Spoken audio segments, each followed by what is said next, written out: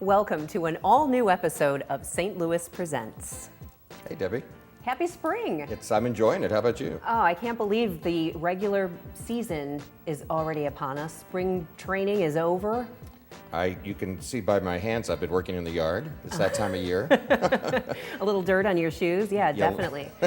Well, if people are planning to go anywhere this spring, we've got news about our own Lambert International Airport. Right. There's a lot going on out there. They just released a 5-year strategic plan, and they've been doing things anyway for the last 5 years. So we're going to kind of get up to date Right, on what's exactly. happening at Lambert. Because it's important for them to change with the times, and it's important for all of us to change with the times Oh, as Debbie, well. no, I don't think so. I have a hard time with change. I know, a lot of people do, and that could ruin and hamper your success. It can? Yes. That would explain a lot. Yeah, we're going to talk a little bit more about that too. How do you get past that fear of changing things up? Because our society, the business world, changing faster than ever. And if you want to keep doing things the way you've always done them, well, you may fall behind. Right. You got to roll with the flow. Yeah, so airports and changing and success, we'll talk about all that and more on this next edition of St. Louis Presents. Stay with us.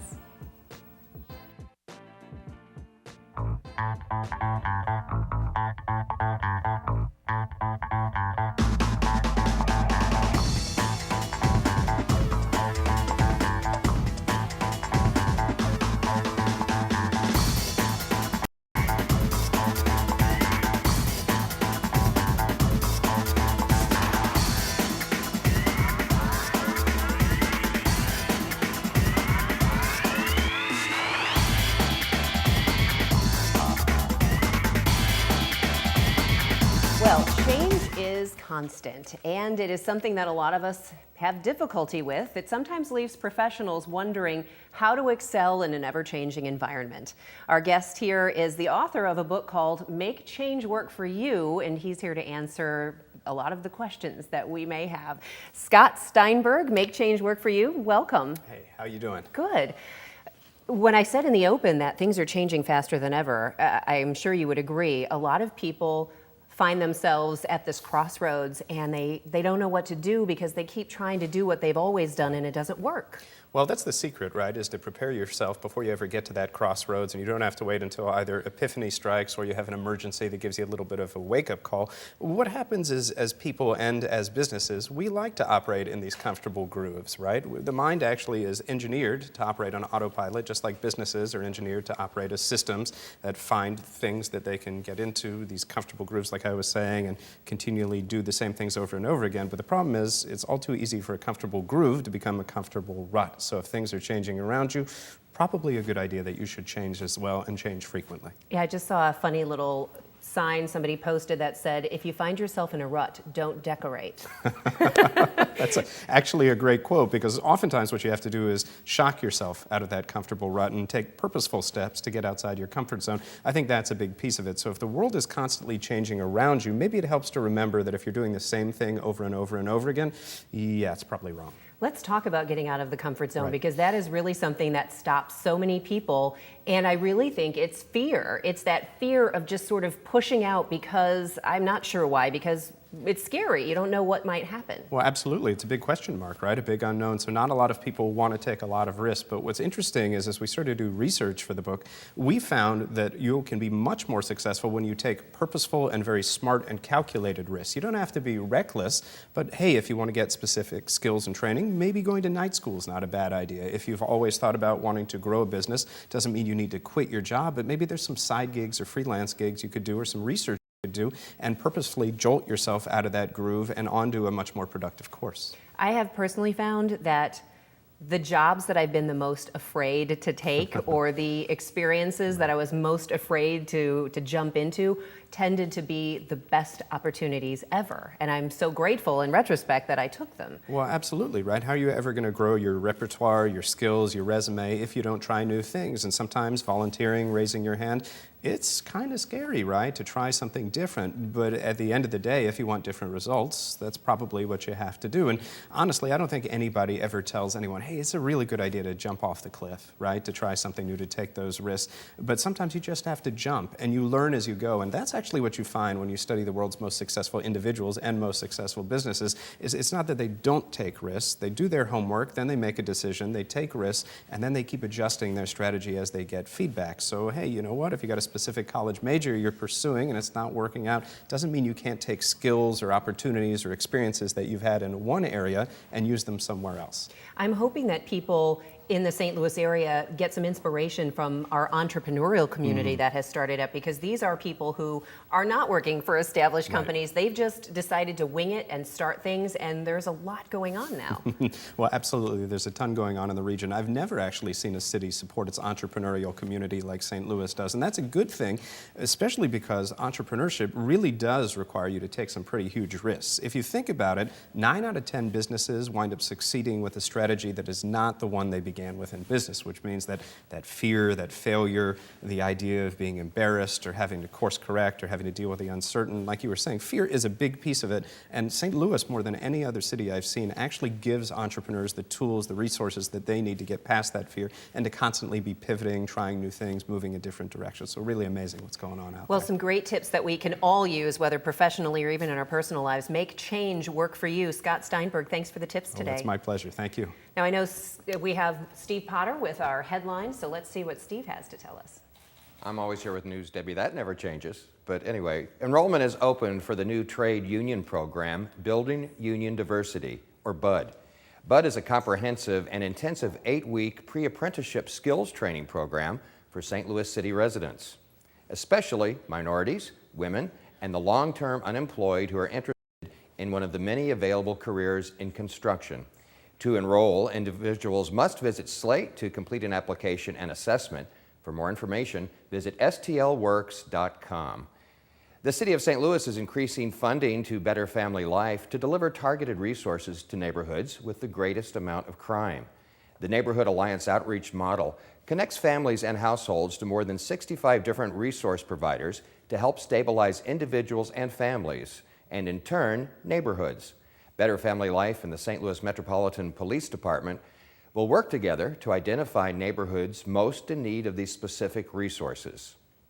And tornado season is upon us, and the National Weather Service has some tips to keep you safe.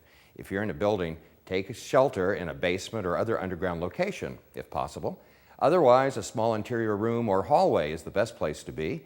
If you're in a vehicle and have a clear path, drive away from the tornado. However, don't try to outrun it. If necessary, seek shelter in a nearby building. If you're outside in the open, hide in a nearby ditch and cover your head. For the latest weather information, visit weather.gov/LSX. Again, that's weather.gov/LSX. And you know, Debbie, I'm always kind of fascinated with volatile weather, but if you're headed to the airport, you're hoping for clear sailing always, aren't you? Absolutely, and I know that one woman who is quite familiar with tornadoes hitting airports would be our guest, Rhonda Hamm-Niebruegge, who is the director of the Lambert International Airport. Thanks for being with us. Good morning, thank you. And speaking of weather, boy, a tornado hit the airport, was it 3 or 4 years ago, Rhonda? And 4 years ago, Yeah. in a couple of weeks, yes. yeah, and that shook things up there for a while. And did that kind of put you on on the path to doing some other things? It did. You know, we were in the process of a renovation, and the tornado hit when we had just started it. And so it sort of expedited our renovation process and made us a little bit better of an airport. So we had not only the $70 million from the renovation, but we had approximately $40 million added to it from the insurance company. So we did more than what we had expected.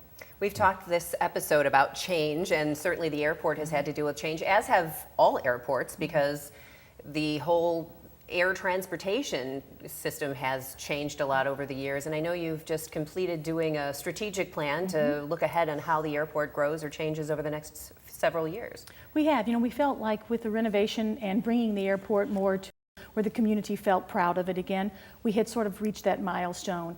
And the next milestone was getting the community to understand really where we're going for the next 5 years. We always have a long-term strategic plan, but this is the next 3 to 5 years and what we're doing and where we're going and how we can be better. So for the last year, we embarked on a strategic plan. We had an advisory community from our business advisory committee from the community, and they vetted it along the way, and then we just rolled that out. So it really is sort of 4 very specific goals, and that is our financial stability. We are an airport with a lot of debt, so we need to ensure that we're financially stable. It's sustaining and growing our passenger air service. It's creating a lasting impression for our customers, and then it's really to help grow the economic development of the region. I guess because the nature of the beast kind of changes. Is that because, is it the way people travel, or what accounts for what's changed in the industry? Well, the entire industry after deregulation changed. So used to carriers would put their hubs, and connecting traffic was part of their model. As times changed and low-cost carriers were formed and the industry went through a lot of turmoil, and with that you really needed a solid local base of the market. And when you're in a city the size of St. Louis, like many the other cities that are 2 to 3 million people, the large hubs just don't make financial sense anymore for the carriers. So we can grow, but we have to grow out of the demand of the market here. And so us helping to grow the economic region and the development here within the region is what's going to create the passenger demand. For people who haven't been to the airport recently, and I would say maybe in the last year or so, they may not know how many changes have been going on, because it looks great. There's art, and there's all these new installations, and there's the ability now to even rent space for an event. Right. And that's the fun piece of it. So we have really tried to bring, St. Louis is such a rich cultural community, and we didn't have that piece at the airport. So we've tried to bring that in, and that's been well received. But we also have some extra space, and so we thought, why not take the space and do something with it? So we've turned it into rental space. We have 3 different areas, depending on whether you have a large group or small group. But the B Concourse has been a really fun one, and it's a space that can handle anywhere from 200 to 2,000 people.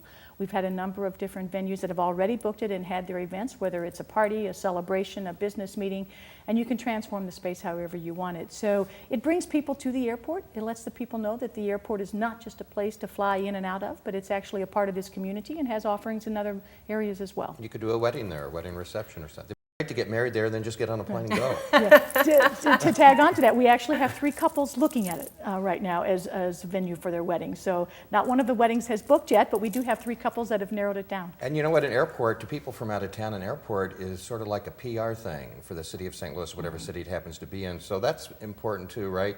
The image that you project to people maybe coming to St. Louis for the first time. Oh, absolutely. I think it's the first thing people see when they arrive here, and it's the last image they have when they leave. And for many years, I think that image felt tarnished to the community. It didn't feel like it was an image that was representing the great city that we are. So we've tried to change that. We've tried to bring in a more open, welcoming connectivity to what we have in this region, and I think we've done that. So we see customers that say, I like this airport, it's easy to transit through, and it's colorful. And you know, you've been out there, of course. I love public art, and that's something that I don't think you've always done out there. No, and we've got a lot of pieces right now. We've got about 13 pieces of public art. Some have been commissioned pieces, others have been pieces on loan. We have 2 more installations that'll be coming in the next 2 weeks from Lambert Sculpture Park, so we're excited about that. So it's a growing program. We fund that through donations and through grants, and so we have an art of travel that we call it. This will be our 5th year of trying to raise money for our public art program, and it's really highlighted the talent in this region and the artists that we have, and just take a look at what we have versus necessarily reaching out to other areas. And before we let you go, one of the pieces of the strategic plan was maintaining and growing air service. And I know that's a common complaint that, you know, years ago you could go anywhere from St. Louis. And what does the entrepreneurial community, all the startups, all these new businesses that are growing and thriving in St. Louis, does that help to bring more flights? Absolutely. You know, the demand is what's going to bring more flights. So we have grown back a lot of the service. We're back to 260 flights a day. We serve about 65, 68 destinations nonstop during peak season. But we need to see the community's demand for passenger traffic grow, and the startups are a great way to do that. The addition of some of the companies like Boeing, relocating some of the products and some of the services from Seattle, all of those things are what we need to be able to gain more service. And Rhonda, you've been there, what, 5 years, I guess? A little over Anything 5 years. surprised you in the 5 years you've been there? Lots. Lots, but I think there have been good surprises. I think the thing that surprised me most was that people do realize the airport is an asset to this region, and people want it to succeed. So I think, you know, there was a lot of negativity around it, and so that surprised me, but the support of the airport is tremendous. Well, book me on the next flight. I'm ready. Yeah, we're ready to travel. Rhonda Hamm-Niebruegge, Director of Lambert International Airport, thank you so much for being our guest today, and we hope that you all enjoyed this edition of St. Louis Presents. Yes, we thank our guests, and of course, we thank you at home for watching. And we will see you next time right here on STL TV. Thank you. All right.